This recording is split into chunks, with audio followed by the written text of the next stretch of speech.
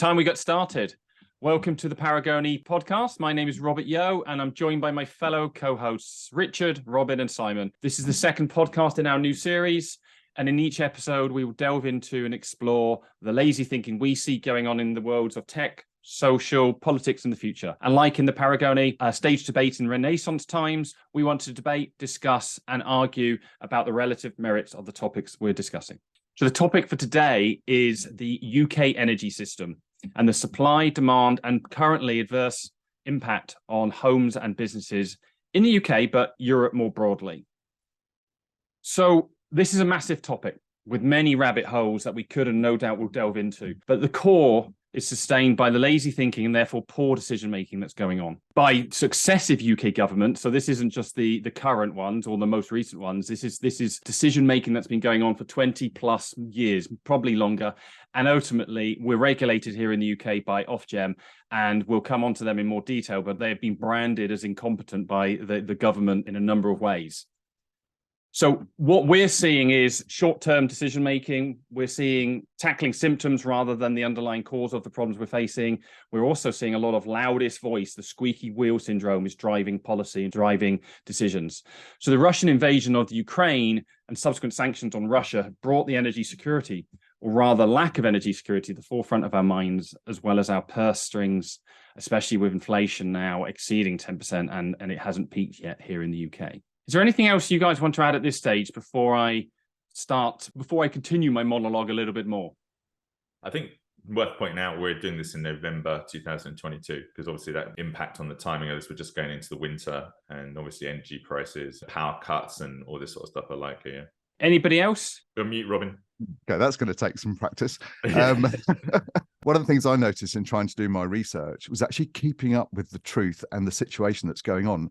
The landscape in the UK energy sector, never mind the practices of the private companies, but just the government interventions over the last few weeks, the Liz Truss era, if you like, has just been bonkers. And every time I've read a report and then I'll check the date, I'm like, oh, that's already out of date. I need to discard that and move on again. And it was actually quite demoralizing. I was like, I don't actually know where we are right now. And then this morning, when I was driving to Tesco's, there was a thing on the news about the government looking seriously at implementing a severe windfall tax. And so as soon as I got home, I started Googling it and I couldn't find anything about it. Yeah, I mean, Shell doubled their profits, didn't they? So, as Richard said, here in the UK and Europe, we're into November now. The winter is still a few weeks away, and we've actually had a very mild start to November, but October was mild. So I think we're possibly getting a little bit thinking the worst is over, when actually the winter doesn't start until the middle of December. So the colder weather, etc. Now, clocks have moved back an hour, as we know, so lights are coming on earlier during the day because the days are shorter. We in the UK, per kilowatt hour energy prices doubled. It might even be a lot higher than that. But I think certainly for my own bills, when I'm looking at the charge that I pay per kilowatt hour, thinking of electricity, it certainly doubled from the fixed price that I had that ended earlier in the year. Now, what that has meant actually, therefore, and coming back to my point about government policy tackling symptoms rather than the underlying issues, support packages. So Robin's mentioned that there is this windfall tax. Windfall tax has already been enacted, but perhaps there might be another windfall tax coming as well. There is certainly a lot of media noise that a windfall tax is required, even though taxation on the companies I think they're likely to target is already very high. And the government support package that Liz Truss, as our PM a few weeks ago, the total cost was initially reported as £150 billion. Now, it could be less, it could be more, because that was based on the prediction of the gas prices and electricity prices at the time. And that package was designed to partially protect homeowners and businesses by capping the energy price that we pay, because ultimately the government pays the extra. I'm going to pick up on that point around protecting homeowners and the government pays. My political viewpoint is kind of reactionary libertarianism. So the government doesn't have any money other than what it takes from us or takes from borrowing on the international debt markets, as it were. But actually, that for me is the fundamental problem here, isn't it? The government's just done the problem's too big, the people are too incompetent, the media are screaming at them. This is the back end, and we'll get into some of the issues with UK energy policy like we didn't build new nuclear power stations 10 or 12 years ago, whatever it was. And all of a sudden, what can the government do? Well, they can't actually do anything because they started the war in Ukraine without securing energy supplies. So all you can do is go, well, we're just going to go and spend money. Let's go and nationalise the problem, stick it onto the taxpayers, and that's where we are, right? So that's a great summary of, as you say, where we are. And what I'm saying here is that the UK government, and they're not alone, this is consistent across, I think, Europe, because ultimately Europe is in the shit, quite frankly, because of the energy issue,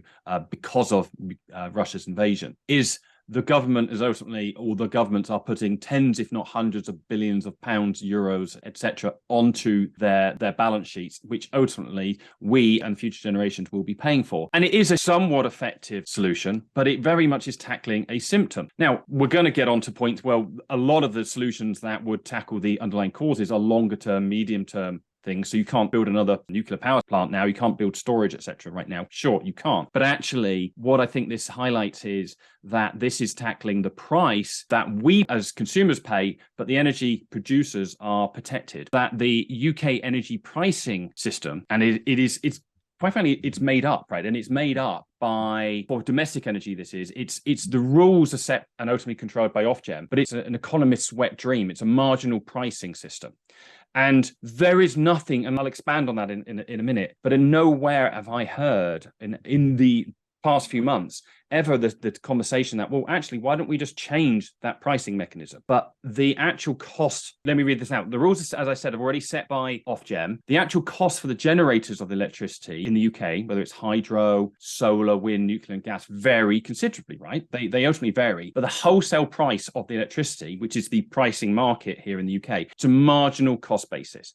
And it means all producers of electricity here in the UK are paid a price set by the most expensive producer. Which is just nuts. I mean, that's just absolutely bonkers. Well, it wasn't nuts. It was working, right? It was working in times of peace. So if we try to we ultimately divide this between, well, we're clearly in a wartime situation now. Whilst we are not explicitly at war, I think Simon might argue we're fighting a proxy war, or we're fighting the US's proxy war.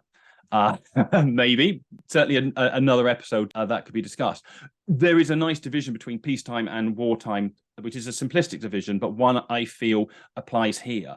The marginal pricing mechanism was working. People weren't shouting about the need for it to change. But during 2022, and this since the conflict happened, the price that we as consumers and businesses pay as well keeps going up, driven by the international market for gas, not the UK, which I think supply about 50% of the gas that we consume, and certainly not the price that the nuclear power stations need to be paid, or the solar generators, etc. So all producers are getting paid the same amount, which is set by the most expensive one.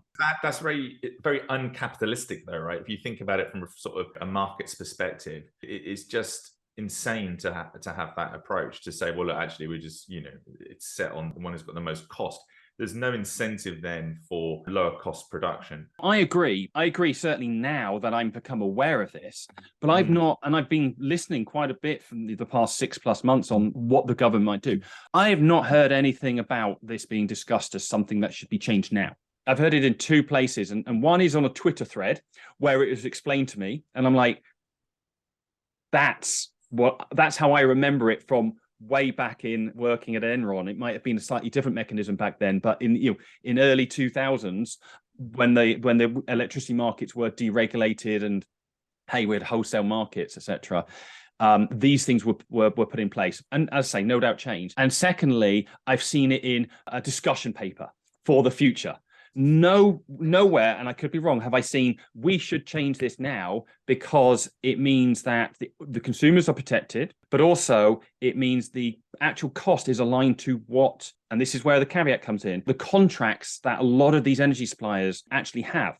And let me explain what I mean there, because I'm basically correcting an oversimplification I made. A nuclear power plant doesn't get made without long-term contracts in place for the electricity it produces, right? Because otherwise it would never be funded. So those are in place. So whatever the marginal cost is, well, the nuclear power plant producer is still getting paid that fixed price that they've got in the contract. The difference, as I understand it, and through my research, I've not been able to triple check this, the government's actually getting back the excess. between that marginal price that we're paying based on the most expensive gas producer and actually what the long-term contracts. So somehow the government's getting extra funding here, which now I guess they lose because they're paying it themselves. So this to me is a really good example of lazy thinking, that we hit the symptom, right? It's great. It was populist.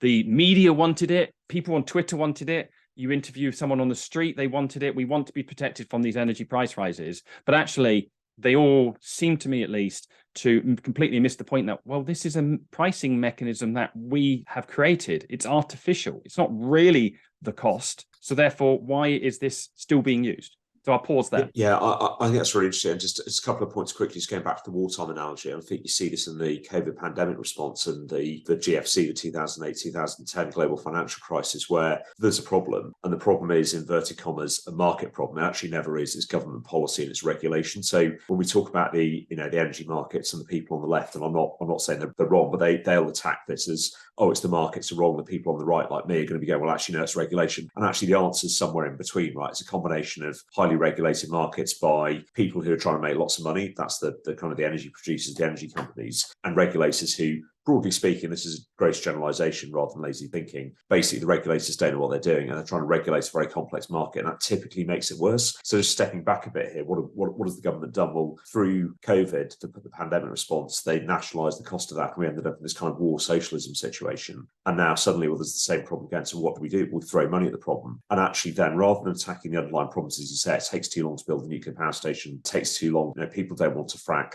We're sort of phasing out North Sea gas and oil because of net zero. What are we actually going to do? Well, actually, as a government, there's not much you can do. Now, I'm criticising them for lazy thinking. I might do the same. So you've got the media screaming, the public screaming, polls are all over the place. Well, what do we actually do right now? And the bit I don't understand, maybe actually, just to step back a bit from there, to the amount we pay in bills is obviously volume versus value, right? I think maybe it's helpful if you dig into how the government's energy support bill works. But actually, what we want to be doing is we want to be trying to get the price down by more supply. And we want to get volume down as far as we can, because actually want to be incentivizing people to use less in a way, basically. And I think the problem I've got with the way this has all been done is, well, we can keep our lights on all winter and it'll be fine. Now, cheap energy is the absolute blessing. That's what Western civilization has been built on for the last 100 years. But actually, you need to be doing a combination of both. You need to be doing some support on price and also encouraging people to use less. And my sense is, and I could be wrong, my sense is the energy support bill is just like, well, whatever, if your bill is 5,000, we'll pay half of it. Don't worry, leave your lights on, kind of thing. Is that right or wrong? Yeah. To me, it's very much that squeaky wheel, right? Lots of voices, media go crazy because, hey, we can interview people, we can get the person in the street, and obviously they need protecting, right? There is a genuine cost of living crisis and it is getting worse. But the short-term solution was to hit the popular thing. We could have done that by tackling with the pricing mechanism here. Now, I think you've highlighted two different but key points as well, because you mentioned Ofgem, right? Ofgem is the regulator here in the UK, and ultimately, I think you said, Simon, that they don't, that it's complex and they don't know what they're doing, or they can't keep up quickly enough with what is going on with certainly very smart actors out there. I think that's fair. I'd probably say that's about most regulated markets, and particularly it's the classic thing. You've got people who are regulated, they move into industry, people in industry move back to regulation. So even if there's nothing else going on, there's regulatory capture. But you add to that very complex market, people are trying to make money. The regulators are scrambling to catch up. I'm sure they're trying to do the right thing, but then they've got the challenges of what does the public think, what does the media think, what does the government think, what can they actually do? And you end up with, it's a muddy compromise. It's not a market in the free market sense. I think the definition of market is very stretched here, isn't it? But let's just delve in, if we may, and I'm going to share something about on the regulator side. And this is a government report, which hopefully you can all see. It was published in July of this year. And it's a fascinating read if you can find the energy to do so. But it's actually very easy, right? I'm going to do a one-word search: incompetent. Right. You see here, this is a government report, and bearing in mind the Ofgem work for the government. And this is actually amazing to see something come out of a government committee that is so explicit. Ofgem has proved incompetent as the regulatory authority of this complex market, thereby costing taxpayers billions of pounds. Now, the context for that comment was more directed at the failure of energy suppliers. Do you remember that earlier in the year? It was Bulb and others, I think it's, forgive me, I don't know the names, but there was lots of these energy suppliers, and they went bust. And they went bust for a very simple reason. They took massive variable price risk exposure by offering fixed prices to the consumers and didn't hedge it. And then when you look further, actually what they were doing was relying upon credit balances, but that customers were overpaying to fund their operational expenditure. And the regulators knew this, but didn't do anything. It's just they weren't equipped to do it. Simon and I worked for 20 plus years in the city, right? This is basic fix for float hedging. This is the foundation of markets. You have fixed exposure and you have variable exposure. You hedge your fixed exposure. So at most these suppliers were hedging 3 months or 6 months out. And there's actually a table in this report. It's fascinating reading. And you're just like, how could this happen? This is the UK regulator of our energy prices, and they are the ones responsible for all those energy firms going bust because they didn't effectively regulate them, right? Plus, obviously, the boards of directors of those companies should be responsible and liable to the just poor running of those companies. But can I just say something there, which is a general point? I mean, I love the fact this is yet another market collapse, and it's margin calls, right? It's always margin calls. Look at what happened to UK pension funds in September when interest rates spiked up and they suddenly got caught out by their funky liability-driven investment LDI hedging strategies, and actually didn't have any hedging strategies because they forgot that when the market, one thing moves against them, the other thing moves in their favour, there's going to be a margin call somewhere. And you go back to the banking crisis, 2008, 2010, that was margin calls as well. It's always hedging and margin calls, right? Absolutely. And this is one in an energy, an energy market, therefore these billions of pounds that before all the price rises took place, that were required to make sure the energy supply was stabilized, moved from these small new entrants, which were encouraged by the regulator, into the market. They all ultimately have been transferred to the incumbents who can absorb price shocks, but also, hats off to them, have an ability to run a business more effectively and hedge their exposure so they don't get these massive margin calls. But for the regulators to fail on something so fundamental is why a government department, a government committee has called them out here. And so it doesn't surprise me, therefore, that Ofgem, the regulator in this case, hasn't been proposing proactively, well, we should change this pricing mechanism and here's how we should do it, and we should do it for perhaps on a 6-month review and then review it every 6 months. They allowed too many energy companies to come into the market at the end of the day, and as you mentioned, these guys were probably ill-funded. They've obviously not been regulated in that they're not been doing the margin properly. To do fixed price contracts with your client and then have a variable pricing behind the scenes is just a recipe for disaster, right? But at the end of the day, there's very thin margins, right, in this space, probably from a lot of the ones that went bust earlier in the year, and that's why they were driven to do these things in desperation, probably, no doubt. One thing I just wanted to sort of take a step back on: people may not realize that Ofgem are responsible for electricity and gas, right, which I think is important to understand. It is energy. One thing I found on their website, which is quite interesting, is it states the following: we are a non-ministerial government department and an independent national regulatory authority. So a non-ministerial government department. So it sounds like they operate with a fair degree of autonomy, and the government has less control over them. Hence that probably very public statement bashing them that you found, Rob. It's probably the government's frustration is coming through with them, and hence why they're now doing it publicly, because behind the scenes they probably have, by their own historical created this problem, and I think that's quite interesting. There's something here. I don't want to pick you up on this, Rob. So as examples of your lazy thinking, so I don't think it is lazy thinking, but I think you used the word kind of surprised a couple of times. Like, I'm surprised that Ofgem's not going to do it. I'm surprised that them, but actually, your kind of 10-minute summary and then the discussion afterwards, you clearly really understand what the issues are here, what's gone wrong, and what where some potential solutions might be. But the problem is that I'm kind of bound to say this: the government and the regulators got us, the country, into this mess. So I'm not surprised they can't get us out of this mess because of all those things we discussed, whether it's incompetence, whether it's regulatory capture, whether it's misaligned kind of incentives within Ofgem. Maybe it's just too complicated. Maybe the things that we've been talking about, things you suggested, maybe it's just too complicated to do. Maybe it's not politically feasible. But it doesn't surprise me at all that they can't fix this, because it's a mess they're fixing. So I just thought it was an interesting choice of words that you've identified, and actually you can probably wander into Ofgem, or kind of the whatever the Parliamentary Committee on Energy kind of crisis is, and have a very sensible conversation and come up with, like, this is what we should probably do. But they're still going to ignore you because, right? I don't know. It's perhaps I'm being too generous, right? Sorry, I agree with that. Yes. Yeah, I mean that's probably what I'm doing here is trying to see, give them the benefit of the doubt in some ways, because it is fast moving.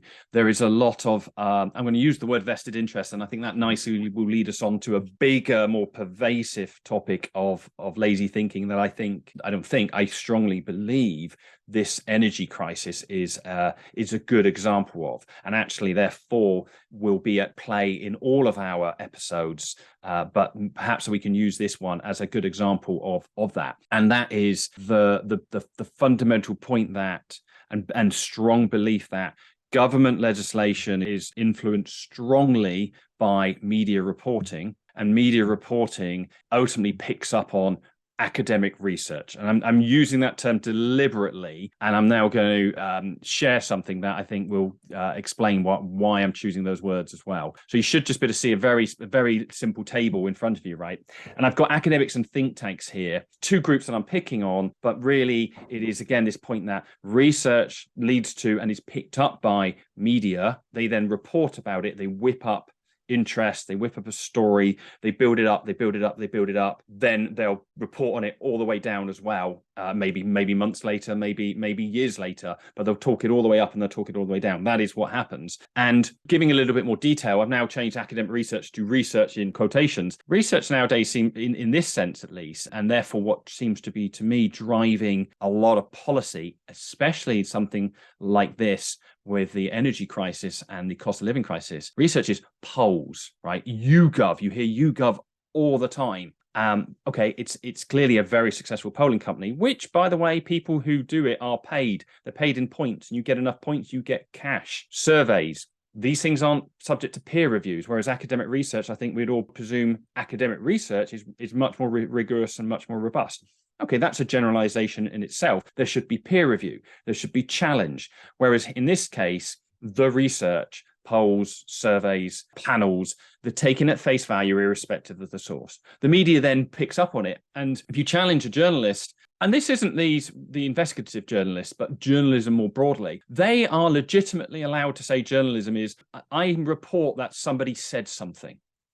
Don't have to check it. Their job is, it seems to be, I report that somebody said something, and they build stories on that. And therefore they build stories on that. And to me, that is a very powerful way that mainstream media more broadly therefore influences the government legislation, because this is fair. They're focused on their constituents and the voters. But unfortunately, it means they tackle the short term, they come up with short-term solutions and tackle symptoms. That's what to me is going on here with the energy crisis, and why the package is 100+ billion. What do you guys think about that, sort of those three boxes, and that leading from the research to media to government legislation? So I think it's a really interesting point, particularly when you talk about short-termism and the fact that the media really have only one layer of responsibility for their sources. So if they build a story on an unreliable source, that's fine, as long as they can prove their source. They don't have to prove the veracity of the information in the source. They just have to prove they sourced it from somewhere. So you get this research, journalists with an agenda, whether that's a political agenda or whatever sort of agenda they have, will then twist that into a story that fits the narrative they want to push. That then gets traction, and then that forces the government into a short-termism approach to how they deal with the situation, which is exactly what we've been seeing this year with the Conservative Party flip-flopping backwards and forwards on what to do. And then the interesting Prime Minister's questions moments on Wednesdays where this has been comedic, actually, in some ways, but also a tragedy in other ways, because we don't really have a plan, is the conclusion I've got. Our plan centres around price capping and the government intervening on that, or windfall tax or something in that region. And we do need that short-termism as well. But what we need on top of that is long-termism, because if we don't actually invest in the future of our energy, this is never going to go away now. The rules have changed, and whether or not we agree that some of the energy crisis is caused by the Ukraine and Russia war, sorry, all of it or some of it, we must at least acknowledge that some of it is. And if the war was to end tomorrow, the pipelines aren't suddenly going to reopen again. We know the damage done to the relationship with Russia is done, and that's going to take years to fix. We now really need to focus on improving our energy independence, which is a kind of a weird thing to say, actually, because we actually are relatively energy independent at the source of our energy. It's just how we then use it and distribute it, which is where it all goes wrong. And as Rob pointed out, how the generators of the energy are compensated through these contracts that go way back, where the most expensive supplier sets the price essentially across the whole market. Yeah, I didn't realize that. It seems a remarkable way of managing a market to say everyone should use the highest price to manage their price. That just seems, in every other market that I can think of, it's the opposite way round, right? Everyone tries to get as close to the lowest price. That's what's called competition. Competition is normally people chasing the lowest price, not the highest price. But in this case, it's because they want to compensate the highest marginal cost producer. That's the aim of it. Now you can come up with a better mechanism, but that's why because all the prices for everything were broadly the same when they designed this. That's the problem. They didn't anticipate that it was going to go. And I understand that. And as Rob pointed out earlier, that worked in times of peace, but I think it's possibly broken forever, or for at least a long time now. I don't see how we can get back to that. So just coming back to the marginal price, right? Marginal pricing isn't unique just to this market. I can't off the top of my head think of other examples right now, but it's nothing new. It's very much the logic was, I believe, in times of peace, using that war versus peace analogy, is it incentivized investment. Because if you had, let's say, solar and you can generate it for much, obviously a fixed cost, investment cost to construct it, but then your marginal cost is essentially zero, then it would encourage investment in the different areas. And I can buy that argument, again, in a peacetime scenario. And we've not been in a peacetime scenario now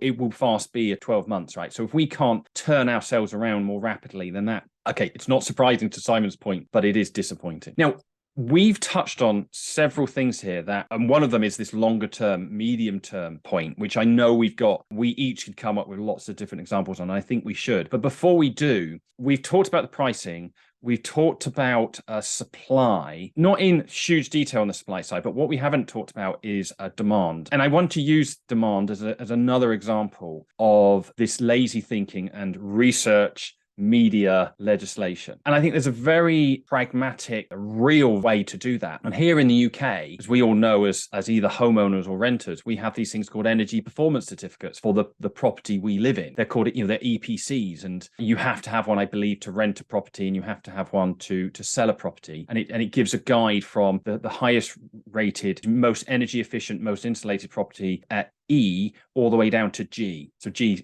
is like draft D, no insulation, inefficient energy system, etc. The little bit of research I did, because it's actually very easy for any of us, we can find out the EPC rating for our own properties just by going onto a website and finding it and typing in your postcode, and you'll see it. So I actually did that for my street.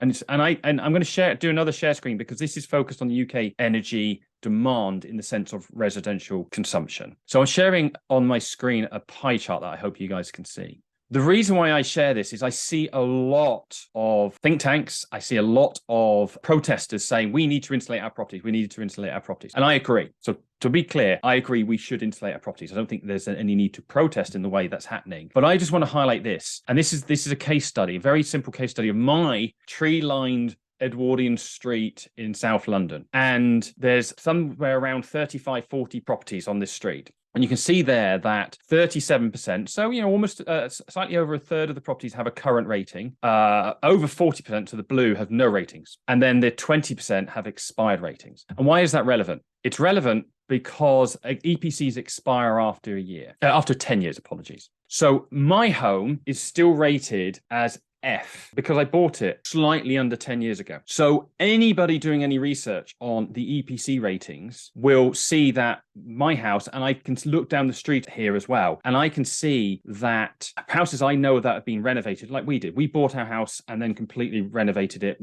double glazing, loft insulation, new central heating, efficient central heating, etc. So I would kind of anticipate we're probably a C, at worst case a D now. But what's interesting here is that anyone doing research, so a think tank who does research here that says our energy performance ratings are terrible. Look, you can just look here. Well, mine's a typical street. The property's 100 plus years old, right? Which is a lot of the housing stock here in the UK. But look, 100% of the expired ratings are E or worse. And what does that say to me? It means that when the houses were bought, they had a rating. And then in the 10 plus years since, they've been renovated, because we are a nation of DIY and renovating our homes, right? So those ratings would now be still the rating because it's expired, but they would still use it. Like my house is an F. I'm throwing it out there. No, that's incredibly lazy analysis and therefore lazy thinking to say we need to put all this money into getting the housing stock more insulated. I agree that that should occur, but not based on the data that is readily available. 40% of them don't even have a rating. So what do we extrapolate based on the 60% that is available? And of which the 60%, 1/3 of it that's available is stale and no doubt misleading in that way as well. So to me, that falls under the category of the consumption side, the demand side of residential energy. So I don't know if you're familiar with that, but I presume you're familiar with the EPCs, and I wonder what you think about that. That's interesting because there are quicker and easier ways of updating this data, right? You just need to use either satellite technology to look at the thermal output of a house. You can tell how much energy it's leaking, or you drive a vehicle down the road if you haven't got the satellite technology. And you can, with the infrared, you'll be able to see the heat emission and loss from a property and make a probably more informed guess from that than you will do by, like you say, looking at expired data that it's 10 years old. Extrapolated and expired data. That's absolutely right. Your house will be a C, by the way. I'm sure of it, because you've obviously gutted that property. That's a massive improvement, from the original rating to what it is now. Can I just interject with a bit of a curveball here? One of the things I heard about a few weeks ago is on the issues with spray foam insulation and mortgages, with mortgage companies now starting to deny mortgages to those who have insulated their homes with spray foam insulation. Just reading here, it says, so why is this a problem for mortgage lenders? By sealing the roof space with this material, air circulation can be restricted to the roof and timbers. This can lead to condensation, which in turn can eventually lead to the rotting of the wooden roof supports. The closed cell foam version also sets very hard. I don't think it's down to whether you're a good insulator or a bad insulator. It's down to the chemistry and the physics involved. So I want to share one more example of the lazy thinking. And again, it's backing up this point about research, media, legislation, and I think this will resonate with you and our audience as well. It is again focused on the demand side, residential, and you can see this slide. Hopefully, the media reports someone said something, and so this great report I've seen show up on Bloomberg, and I've seen elsewhere, and it's analysis done by a German smart thermostat manufacturer. If that isn't a vested interest, I don't know what it is. I have no idea how accurate it is, but I don't know.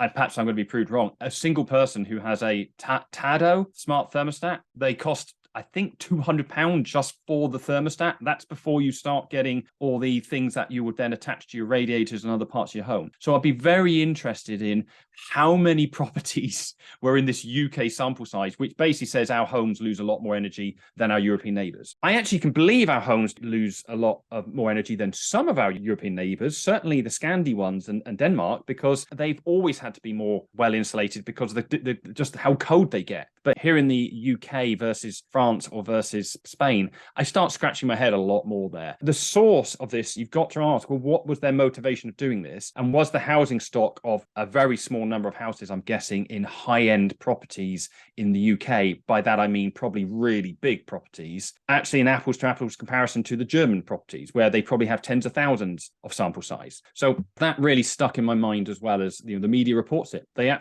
like, boom, there you go. Somebody said something. Haven't checked whether it's a legitimate comparison or not. If they had a greater distribution of their products, say in houses like London, then obviously the houses in London don't have insulated walls. It's going to reflect much worse than a modern house that's been built in the last sort of 30 years, right? Badly. So I've kind of made sure in today's discussion, we've been focused on the current crisis, right? The energy crisis, the cost of living crisis, the war versus peacetime scenario, and focus on the UK. But we've touched on it a couple of times, and therefore I think it's worth us spending perhaps even the rest of today's episode on, well, what about some of these bigger, longer term solutions that we through our research have highlighted that, you know what, 10, 12 years ago, we made these decisions, or we're still not making these decisions. Are there any, and these could be investment decisions, policy decisions, whatever, but through your research, have you got any examples that you want to share with this group? Again, longer term, that if we'd made different decisions at the time, then we possibly wouldn't be in the situation we are now, but also perhaps can we still make these decisions now for the future? I'd like to take a little step back about how energy is dealt with in the UK, right? You've got the generation of the energy, right, which can come from multiple different sources. You could have nuclear, coal, gas, wind, solar, tidal, etc., right? You've then got the transmission, which is the high voltage lines, the ones that are, 240,000 volts, whatever it is, the very big ones you see dotted across the country. You then got the distribution, which is, the more local as it gets transformed down, and, the companies that are then responsible tend to typically regionally for getting the electricity to your home, that last mile and a bit, I guess. And then you've got sort of really the billing and customer services side of things, right? And when we've talked about these energy companies that have gone bust earlier on, those typically fell into that very last section of the billing and the customer services, right? But in terms of the generation, this is where Ofgem have really, really failed us. You mentioned it earlier on, Simon. They've not stress tested. They basically done all their pricing based on essentially peacetime, and where prices were similar. They never factored in actually, prices might double in a particular area or triple in another area, and what impact that would have. And that seems a bit a massive oversight for not doing that. But also they should have a responsibility to ensure that we have a very resilient supply and sourcing of energy in our country. And if you look on the website at the moment, that basically indicates what the UK is currently using from its energy. It highlights whether it's coming from wind, solar, nuclear, tidal, and all that sort of stuff. Right now, at the moment, for today, 55%, well, actually last night it was, 55% of energy last night was renewables. But we need, across all of the sources of types of energy, we need a good distribution. And I think it's Ofgem's responsibility to create in each of those areas market competition. So for instance, in tidal, in wind, and in solar, in each of those, they should have competition in order to ensure that we're getting the consumers getting fair value for money. But then looking more holistically at a higher level, they need to ensure that we as a country are protected from the events like we're experiencing now with Ukraine. And having energy coming from, so much of it typically coming from gas, is just been a huge mistake. And it's something that Ofgem should have been protecting the country from. We should never be dependent on other countries for our energy, water, and food. Yes, we can buy food from other countries, but if there was a souring of a relationship or a trade war or whatever it was, we should be able to, feed our own country. We should be able to provide water for our own country, and we should be able to provide energy, power our own country without being dependent on France or other countries. I think it's a fundamental mistake of Ofgem. It even says on the Ofgem website that they are there acting in the interests of consumers and helping the industries achieve environmental improvements, but acting in the interests of consumers. They don't appear to be acting in the interest of consumers. Maybe short term sometimes, but ultimately, as we talked about just a moment ago, we need much medium and longer term planning on our energy, both gas, electricity, etc., to ensure that we are, we're not in this position. America is in a far better position than we are because, they're not dependent on others for energy. Yeah, but at the state level, some of them are a bit of a mess, aren't they? The Texas, for example, had the issue not so long ago where because they had no connections with any other state, they froze when there was a particularly bad storm. California's layering on tariff after tariff for greening, which means they therefore cost a lot more. But in aggregate, they are energy independent. And I really like that you highlighted this point about energy is a strategic asset, isn't it? Absolutely. It's like, and you mentioned water. Water is a strategic asset. You would think that these are national assets that we should ensure that we have independence on. And you also mentioned some other things like, well, I would say communications is another thing. Food is one. And it's interesting that we have perhaps regulators, and now I'm extrapolating, that just aren't not up to the task of ensuring that a national asset like that is viewed in that way. And you mentioned about, we shouldn't have to rely on others for our energy, and we have interconnectors for gas, supplying gas and electricity, with 2 or 3 of them with Europe, which have proven very effective. But with the wartime scenario that we're painting here, we now know they're likely to be at risk if the conflict escalates further. And it really, therefore, I guess makes me angry, therefore, that we take such short-term decisions like, let's close down Hinkley Point B, which was a nuclear power station, over the summer. I know it was scheduled to close down, but this was closed down in May, and it generates enough energy to supply 1.5 million homes. 1.5 million homes for something which is green, is safe because it's been safe for the last 30 years. Why couldn't they have extended that for 12 months, 18 months, 24 months, rather than decommissioning per schedule, but before new ones are completed? So that's I think a really powerful example for me, that was allowed to happen during the summer, when we were already in this conflict. The conflict was escalating. But just reflecting on what you guys have been talking about, this goes back a lot longer. When you think about going back to, I don't know when coal power really came in, but let's say it's like the 1880s, 1890s, something like that. A lot of the UK heavy industry was obviously powered by coal-fired power stations, and actually through a combination of, kind of strike action, political whatever, the fact that we put loads of taxes onto it, the fact that cheaper coal could be imported over whenever it was from the 1960s through to the 1980s, the sort of the UK coal industry has just been decimated. And I don't know the stats, but there are, probably worth double checking this, but there are billions of tons of coal reserves under the UK. There's plenty of coal there, but we made a political decision to factor out that partly that's going to be a decline in kind of UK heavy industry. Energy needs to change. Part of that has been the government and sort of global organisations' kind of net zero targets, but a lot of it is just because UK coal mining is uneconomical, because we put carbon taxes and things on it. So actually, a lot of this, even going back that far. Now you can argue we don't want to use coal to generate.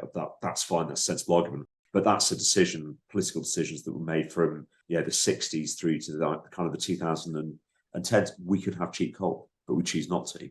On the demand side, there's a lot of noise going on in the media and at the politics level in the UK at the moment. We're seeing these rumours about maybe week-long blackouts and all this kind of stuff. When Liz Truss was Prime Minister, she made this big song and dance about not wanting to tell people how they should use their energy. But she didn't want big government, obviously small government and all that kind of thing. But if you look at the international table of demand per capita, we're well down the table. Our demand per capita is quite low compared to other countries. And I don't know at the moment that we can necessarily do anything to move the needle on demand. I don't know what politics is required and what industry interventions would be required to have an impact on our demand. And so I think we actually need to be focusing more on our future strategy. This brings us back to the short-termism versus long-termism earlier. At the moment, the government and the industry are just working in short-termism mode, and we need more long-termism. It comes back to your point about your nuclear power station being shut down. Should we be building more nuclear power stations? Should we be building more wind farms? I don't know what the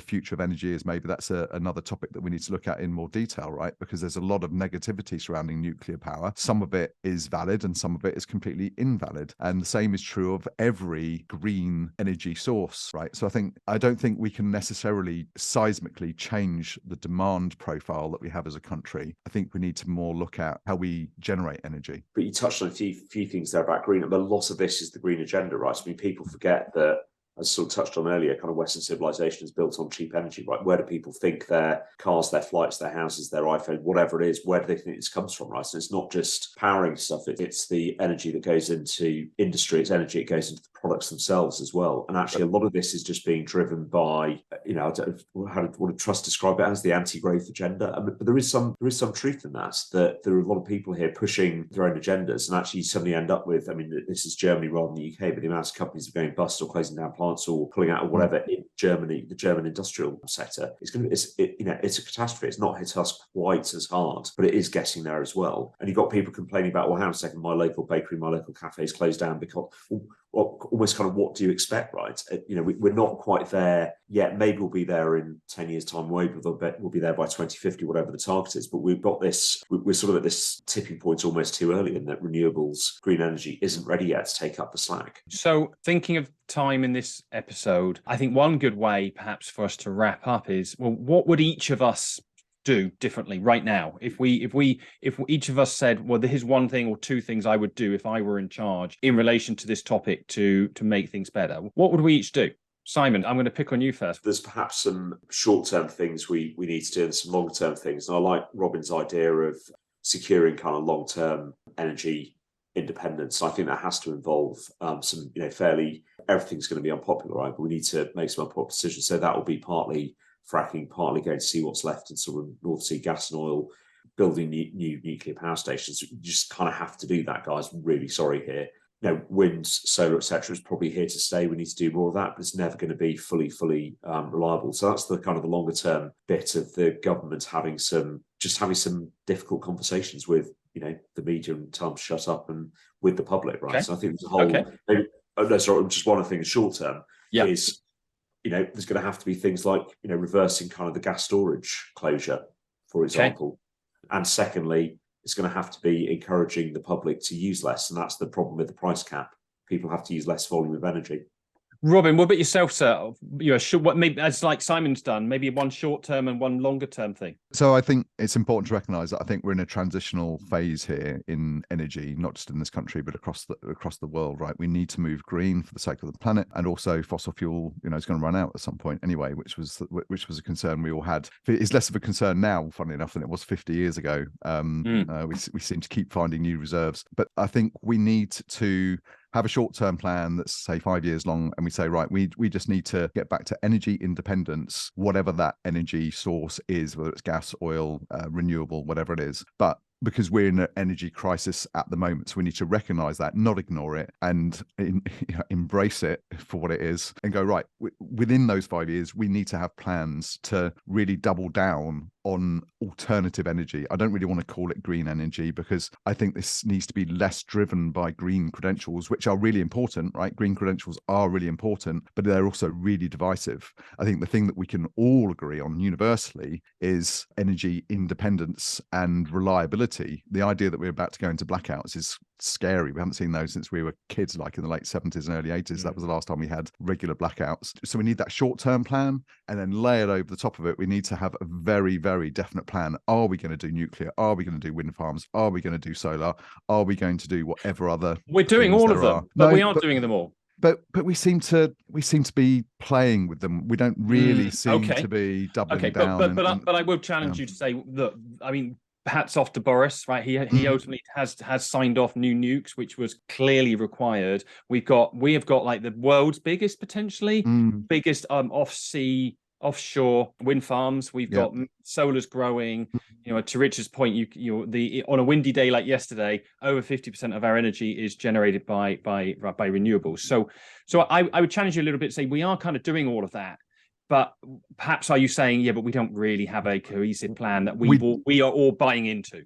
We don't have a cohesive plan. I have struggled to find cohesive data on how much of each of these different types of energy generation technologies would need to come together to get us completely off fossil fuel for domestic energy. I'm not talking about industrial energy here. I think that's a separate is related but also separate conversation, and I think there needs to be, and it needs to be driven by the government, and it's not just the UK government. It's what's the COP this year? COP 27. So it needs to be driven not just by the UK government, but also the global initiative at COP 27 and just the COP initiative in general, that we need to actually have a proper strategy. Last year, all the countries rocked up and went, it's a fantastic COP conference. Everyone goes their different ways. And I'm struggling to see any evidence of any of those initiatives being driven forward. So, Richard, what one short-term and one longer-term thing would you do differently? Short term, I agree with Simon. We need to, and I say short term, this is really for this winter, because to avoid the blackouts, we really need to basically make sure people are turning their thermostats down and, using less lighting and et cetera, right, in order to ensure there's no blackouts. So that's very short term. I would say I throw in a midterm one. Midterm one, we need battery storage at multiple places across the grid system. I mean, heavily distributed to the point where they're like village and town located, so that we basically don't have blackouts. We have much more resilience in our network, right? People's house should never run out, never not be provided with electricity. That should be the goal, right? Incentives to allow people to install their own battery units in their own home, Tesla Powerwalls and maybe solar panels and stuff like that. Solar is prohibitively expensive at the moment to install in your house. Return on investment. So what would you do differently? So storage is one, and you mentioned about ensuring we don't run out. But what was there a long-term thing? The long term would be nuclear, more nuclear, definitely for sure. Not exclusively nuclear, but definitely more nuclear. And I'd like to see the Rolls-Royce solution. They have these small reactors that are capable of powering 1 million homes. Now, there's 65 million people in the UK. We can literally dot 70 of these devices across the country and ensure that, houses are effectively powered. These are the size of 2 football pitches, is my understanding. So we should be able to put them in many, many places across the country. They're reliable, they're cost effective, they don't take up much space, and it will give us a massively distributed power for our country. So my short term would be coming back to that market mechanism. Fix it. This marginal pricing is absolutely not relevant for wartime scenario. And my medium/long term, I really buy into this storage side that Richard and Simon you both mentioned, and ultimately would form part of Robin's your cohesive plan, right? So for the next 20 years, gas storage. Well, why don't we have that? Let's reopen that. Pay the money that we didn't want to pay. I think only back in 2018 when we shut the UK's gas storage. But also to Richard, your point, I'm a buyer of battery storage. You have 100 megawatt hour battery sites, 30 of them around the country. And I think, if I've done my maths right, that's 10% of the energy needs per day covered just in battery storage as well. So these are things then that we obviously would do. It's like all the topics we're going to cover on the Paragone podcast, they're complex, right? And we are scratching the surface in some ways, delving into the details in some places, but we recognize that in an hour and a bit episode, we're unable to cover all of the bases as well as we would like to. So there might well be that we cover this again in a slightly different way. Electric cars is certainly a topic that I think will be coming up shortly. So thanks to my co-hosts, Richard, Simon, and Robin. And we all look forward to welcoming you all to our next podcast. And please remember to like and subscribe to the Paragone Podcast. And as always, this is about emphasizing discovery, not defense, when challenged with a different point of view. Thank you, everyone.